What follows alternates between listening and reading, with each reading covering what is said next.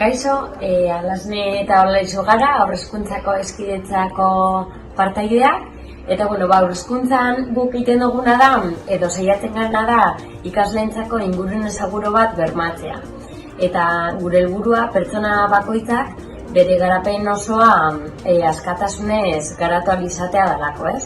Modu honetan, eskidetza taldetik saiatzen gara genero ikuspuntua txertatzen, gelan erabiltzen dugun hizkuntzan, materialetan eta espazio desberdinetan. Eta materialak adibidez, anitzak izan daitezke. Honek jolas ez estereotipatuak, gero material desestrukturatuak eta eredu anitzak eskaintzen dituzten ipuinak eta barrekoak ditugu gero.